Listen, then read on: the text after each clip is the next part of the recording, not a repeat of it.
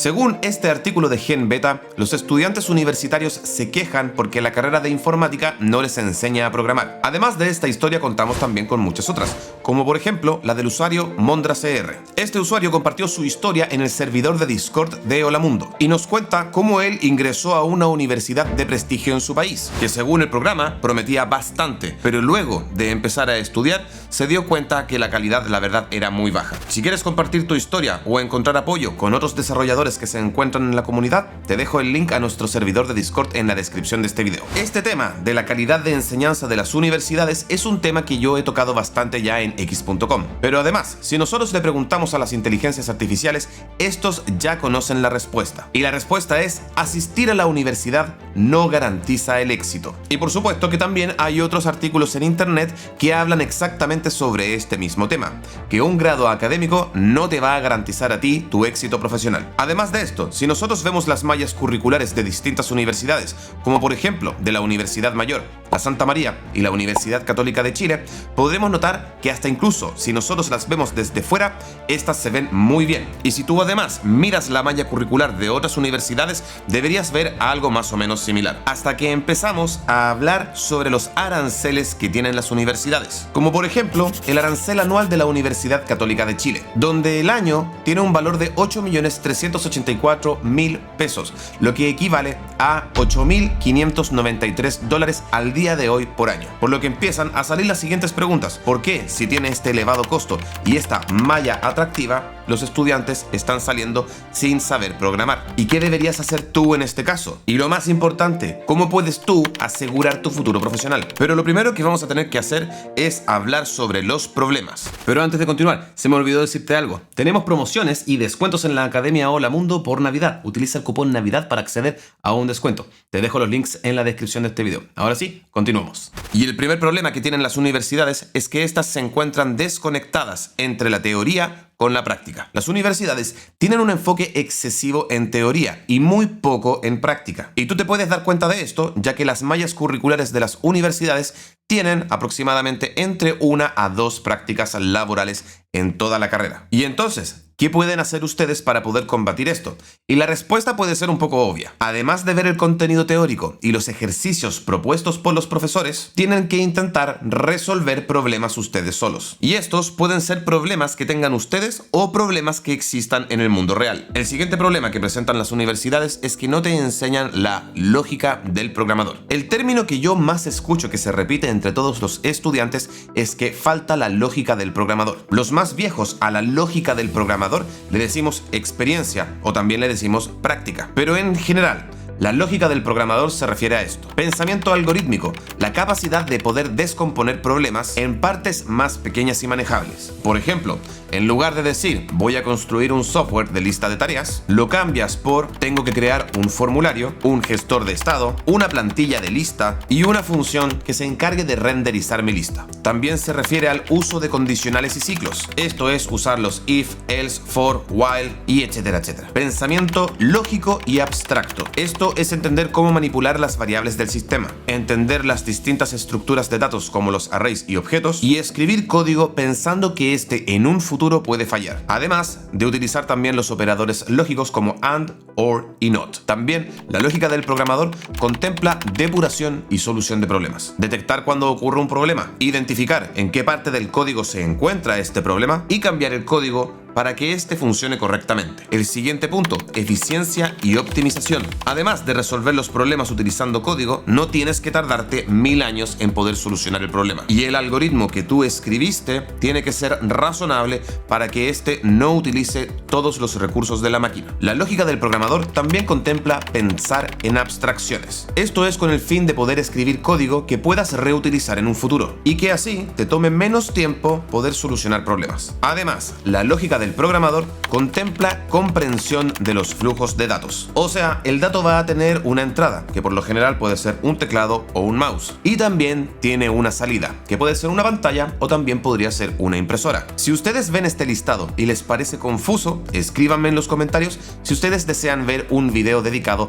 de cada uno de estos puntos, para que así podamos trabajar en la lógica del programador, pero de la manera correcta. Y el siguiente problema que tienen las universidades es la falta de experiencia laboral. laboral. Y este punto es sumamente claro y prácticamente parece un meme. Conseguir el primer trabajo es difícil, pero una vez consigues tu primer trabajo, los siguientes trabajos que vayas a conseguir va a ser bastante más fácil acceder a ellos. Acá lo más sensato es, si es que tú aún te encuentras en esta etapa donde quieres empezar a trabajar, pero nadie te da trabajo porque no tienes experiencia, es que pidas prácticas laborales, donde tú le ofreces a un empleador trabajar por poco o casi nada de dinero. O hasta incluso lo podrías hacer gratis. Esto es siempre con el objetivo de poder demostrar todo lo que tú has aprendido. Y a muchos de ustedes esto seguramente les tiene que parecer una locura. Pero déjame explicarte algo. Las carreras universitarias tienen un periodo de práctica laboral que por lo menos dura 6 meses, donde estas prácticas laborales no son pagadas, o si te pagan muy poco dinero. Con suerte, alcanzas a cubrir el transporte público. En lo personal, mi práctica laboral duró 6 meses y a mí me pagaron un sueldo de 90.000 pesos chilenos. Eso, al día de hoy,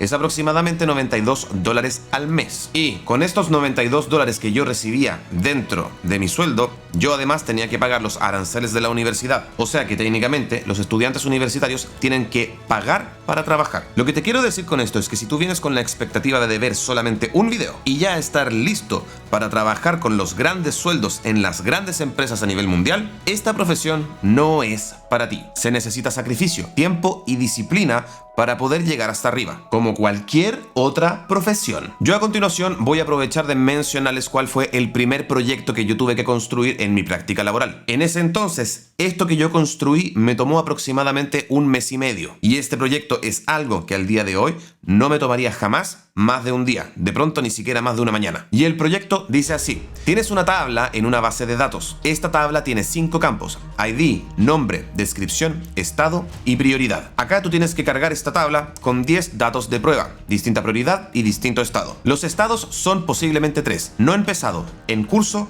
y listo. Y la prioridad puede ser una de estas 3: baja, media o alta. Acá tienes que mostrar 3 columnas: no empezado, en curso y listo. Y luego tienes que poner en cada columna una tarjeta por recurso. Además de esto, tienes que asignarle un color que destaque la prioridad de la tarjeta. Y si las pueden ordenar por prioridad, mejor todavía. Cuando yo trabajé en este proyecto, esta tabla se cargaba con un script que yo no construí y yo no veía. Simplemente, todos los días en esa tabla aparecían datos nuevos. Este también fue mi proyecto de título. Este también tenía otros módulos, como por ejemplo para poder agregar usuarios, agregar o cambiar las prioridades y también agregar estados. Pero resumiendo, este proyecto me tomó a mí construirlo aproximadamente 1 mes y medio. Entre que leía absolutamente todos los días documentación y daba pequeños micropasos para poder acercarme así cada vez más al objetivo. Este ejercicio se los propongo como un desafío de código. Háganlo en el lenguaje que ustedes quieran y luego me pueden etiquetar en x.com o en Instagram con un link a GitHub. Y si llegan los suficientes, después podemos realizar un video de reacción a tu código. Ahora continuamos con el siguiente problema de las universidades. Y este es el ritmo de la evolución tecnológica. Esto no es algo nuevo. La industria cambia todos los días. Yo aún recuerdo cuando me encontraba programando en PHP 4 con jQuery. Cosas que hoy son completamente impensables. Pero volviendo al tema de las universidades, estas no tienen la capacidad de reacción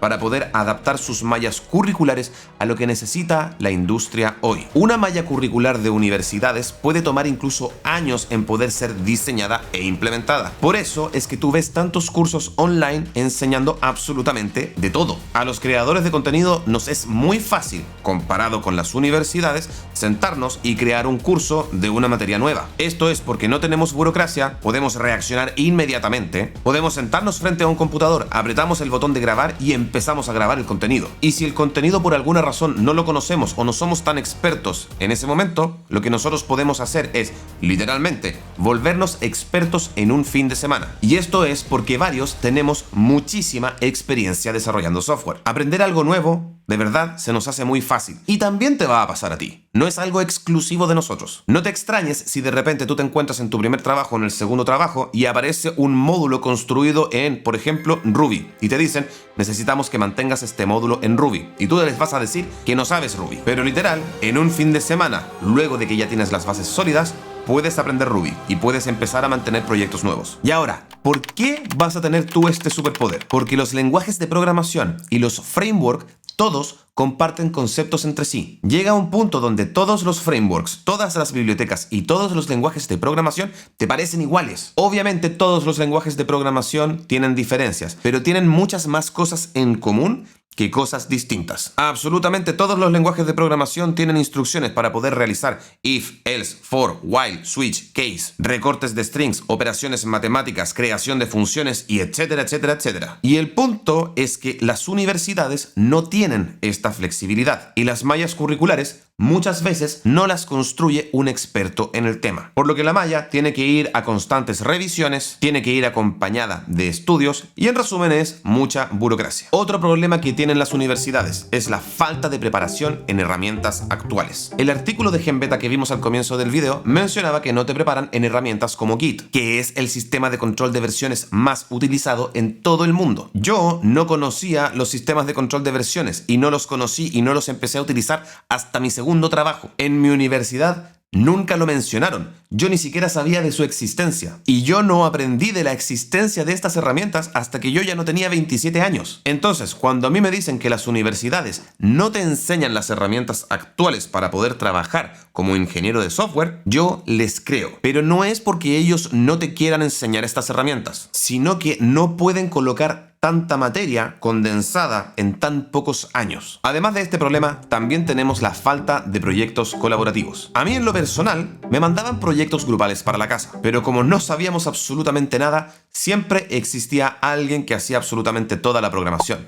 Después estaba otro que hacía toda la documentación. Después había otro que diseñaba la interfaz de usuario y así sucesivamente. Y la verdad es que esto se solucionaría si a los estudiantes les enseñaran a trabajar en proyectos de manera colaborativa, como por ejemplo utilizando Git, donde todos tengan que trabajar contra un repositorio y a cada uno de los estudiantes se le asignara una tarea. Algo que yo también recuerdo de la universidad son los grupos de estudio, donde llegábamos un grupo de alumnos y nos juntábamos en alguna casa o en la misma universidad a estudiar y practicar. Y luego de estudiar nos devolvíamos a nuestras casas o nos íbamos al bar del frente a tomar cerveza. Y después de eso nos íbamos para la casa. Pero lo importante es que teníamos un grupo de estudio y nos juntábamos a estudiar. Pero este punto ya depende de cada uno, ya no depende de la universidad. Además de este problema, también tenemos la poca exposición a problemas del mundo real. Esto es muy difícil de conseguir a menos que sea a través de una práctica laboral o solucionando problemas que ustedes ya tengan. Y la única solución a esto es que ustedes se expongan a problemas de la vida real. Para eso, ustedes pueden buscar problemas que existan e intentar solucionarlos. O también pueden realizar ejercicios. Y yo ahora les voy a suponer un ejercicio que perfectamente podría ser un caso de la vida real. Supongamos que ahora ustedes son un emprendimiento. Quieren levantar capital con un inversionista ángel y la idea de negocio que tienen ustedes es la competencia de WordPress. Será más barato, le van a quitar un 5% del mercado y luego lo que ustedes harán será vender este emprendimiento a Facebook, a Google o incluso hasta el mismo WordPress. Entonces, para esto, ustedes deben construir un MVP o Minimal Viable Product o producto mínimo viable en español. Y entonces deben construir lo siguiente. Y este requerimiento y cómo te llega el requerimiento, esto existe en la vida real. En una servilleta tienen anotado lo siguiente: un formulario que reciba título y descripción de un post. Tomar los datos y guardarlos en una base de datos cuando un usuario pinche en el botón enviar. Luego mostrar todo esto en un listado. Y como punto extra, utilizar Machine Learning. Y ya está. No te tienes que preocupar por autenticación, por autorización, por nada. Al menos por ahora. Primero construyes eso y luego ves qué más cosas le agregas. Y a todo esto, cuando vendas tu emprendimiento, mi comisión por la idea es del 5%. Y lo mismo, si quieres que yo después reaccione a tu código, envíame un link a tu repositorio a través de x.com o también de Instagram. Ya vimos los problemas más importantes que tienen las universidades. Ahora lo que tenemos que hacer es ver qué podemos hacer nosotros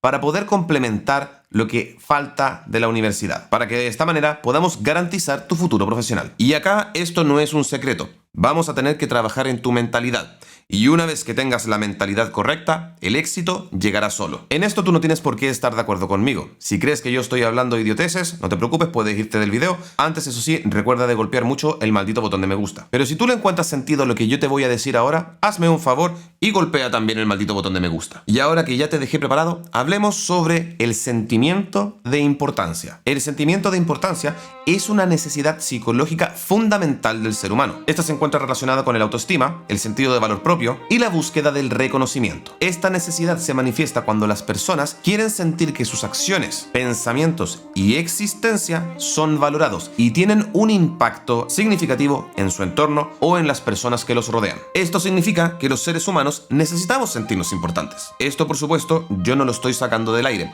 Viene del libro Cómo ganar amigos e influir sobre las personas de Dale Carnegie. Y el sentimiento de importancia se puede manifestar de varias formas, como por ejemplo cuando hacemos algo bien y se nos felicita, cuando terminamos de realizar una tarea que era difícil, ya que nos sentimos más inteligentes luego de haberla resuelta, como por ejemplo cuando escribiste tu primer Hola Mundo, tu primer bucle for o cuando consigues tu primer trabajo. Pero este sentimiento de importancia también se puede manifestar con cosas negativas, como por ejemplo, y muy importante, la mentalidad de víctima. Una persona con mentalidad de víctima puede, de manera consciente o inconsciente, buscar la atención de las personas que la rodean. También buscan el apoyo y la simpatía de las personas que la rodean debido al sufrimiento que éstas tienen. En este caso, la víctima encuentra en su posición desfavorable una forma de poder destacar y obtener reconocimiento, lo que puede darle una sensación de importancia en su entorno. Tenemos cosas como, por ejemplo, mi universidad no me capacitó, el mercado está saturado y el gobierno debe cuidarme. ¿Y para qué se hace esto? En las relaciones personales, ya sea con grupos de amigos o familiares, se busca hacer esto para poder llamar la atención de las personas que lo rodean y de esta manera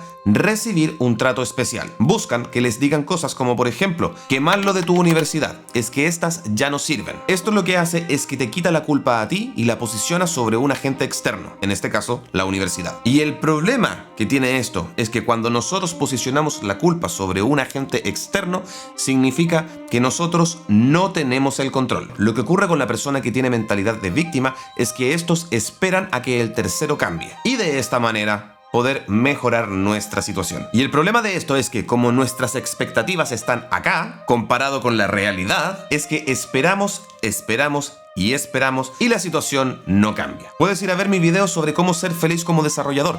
En ese video profundizo bastante en este tema. El problema con la mentalidad de víctima no termina ahí. Este tiene un segundo paso, y el segundo paso es encontrar un enemigo en común. Cuando tú tienes un enemigo en común con otras personas, que pueden ser, por ejemplo, las universidades, los bootcamp, los influencers, el partido político opuesto, las feministas, los machistas, se genera un muy fuerte sentido de pertenencia de grupo. Un enemigo compartido une a las personas con un objetivo en común: resistir o combatir la amenaza. Y esto lo que hace es que crea un sentimiento de solidaridad entre las personas. En este contexto, las personas pueden sentir que son importantes, debido a que su participación activa en estos grupos es clave para poder enfrentar a este enemigo en común. Esto también lo que hace es que te entrega un sentido de propósito y dirección. Un enemigo en común proporciona una narrativa muy clara sobre qué está en juego y qué es lo que se tiene que hacer. Esto a las personas les entrega un sentido de propósito y dirección. Las metas se vuelven mucho más claras, como por ejemplo, luchar contra el enemigo o también proteger nuestro grupo. Esta claridad refuerza muchísimo la importancia de cada uno de los individuos en este colectivo, ya que el esfuerzo de estas personas contribuye al éxito de la causa. ¿Y por qué te estoy diciendo todo esto y por qué es importante? Porque esto de encontrar un enemigo en común te activa el sentido de pertenencia. El sentido de pertenencia es una necesidad psicológica y social que absolutamente todos los seres humanos experimentan. Se refiere al sentido de sentirse conectado, aceptado y valorado dentro de un grupo. Este sentimiento le proporciona a las personas un área o un lugar donde pueden sentirse aceptadas, comprendidas y validadas. Un punto muy importante que tiene el sentido de pertenencia es la seguridad y apoyo. El sentido de pertenencia te entrega a ti una sensación de seguridad, tanto emocional como psicológica. Las personas que sienten que pertenecen a un grupo saben que pueden contar con los demás en momentos difíciles, lo que te genera una sensación de confianza y bienestar. Este apoyo se puede manifestar de manera tangible, como por ejemplo puede ser con ayuda material o protección, y también se puede manifestar de manera emocional, con por ejemplo compañerismo o empatía. Te voy a dejar la fuente de absolutamente todo lo que yo te he dicho en la descripción de este video para que puedas seguir investigando sobre el tema. Pero ahora viene lo importante. El sentimiento de un enemigo en común no es algo necesariamente malo. Por ejemplo, cuando un país se encuentra en guerra, sirve para que las personas del mismo país se unan. Pero este sí es un problema cuando el enemigo es imaginario. Entonces, ¿qué es lo que tú tienes que sacar de este video? Las universidades no son una estafa. Están trabajando para poder entregarte a ti una mejor educación. Muchas de estas fallan porque toman mucho tiempo en actualizar sus mallas. Las explicaciones no son las mejores o no alcanzan a ver todo el contenido que ellos te quieren brindar. Pero si tú asistes a las universidades, vas a obtener un valor. Quizá no todo el que tú necesitas. Y por esa misma razón es que millones de estudiantes buscan complementar sus estudios a nivel mundial. Como por ejemplo, en la Academia Hola Mundo, donde sí tenemos cursos de Git. También tenemos cursos de Docker, JavaScript o Python. Y también puedes seguir nuestros planes de estudio donde te enseñamos desde lo más básico hasta lo más avanzado. Te dejo el link a la academia en la descripción de este video. Y otro punto que tú también tienes que sacar de este video. Sí, a las universidades les falta mucho por mejorar. No son una bala de plata ni tampoco la solución a todos nuestros problemas. Pero independiente de si las universidades te cumplen o no, el día de mañana nadie va a venir a salvarte. Nadie te va a mantener y nadie tampoco va a venir a estudiar por ti. Por lo que si tú quieres asegurar tu futuro profesional, ganar los sueldazos que ganamos en el área y además vas a querer mejorar tu calidad de vida, vas a tener que estudiar y vas a tener que estudiar mucho. Y para ayudarte a cumplir con ese objetivo, te voy a ayudar con un consejo que a mí me dieron cuando yo tenía 8 años. Toma un planificador semanal. Yo saqué este de internet, pero puedes utilizar lo que tú quieras. Si no lo quieres construir, también los puedes comprar. Estos los venden prácticamente en cualquier librería. Y ahí pon tus horarios del día a día. Como por ejemplo, estudiar, colegio, universidad, trabajo, lo que sea. Solamente escribe ahí el tiempo que tú vas a encontrarte ocupado de lunes a viernes. Luego, encuentra una hora que tú tengas libre. Como por ejemplo, podría ser de 7 a 8. Y ese horario, bloquéalo. Cuando llegues tú a esa hora, vas a apagar el teléfono, te vas a encerrar en el calabozo más oscuro que encuentres y te vas a poner a estudiar de manera ininterrumpida en esa hora. Este es el primer paso para que tú puedas ser disciplinado como programador. Y si quieres saber cómo también puedes formar hábitos saludables y de estudio, ve a ver mi video, cómo ser disciplinado como programador para alcanzar tus objetivos. Y si estás estudiando programación, asegúrate de ver mis cursos de JavaScript, Python y Java. Son lo mejor que existe en el mercado, o al menos eso dicen mis alumnos. Espero que te haya gustado mucho este video y hazme un favor. Pégale al maldito botón de me gusta. Es un desgraciado. Hasta la próxima. Chao mundo y te deseo lo mejor en tu aprendizaje.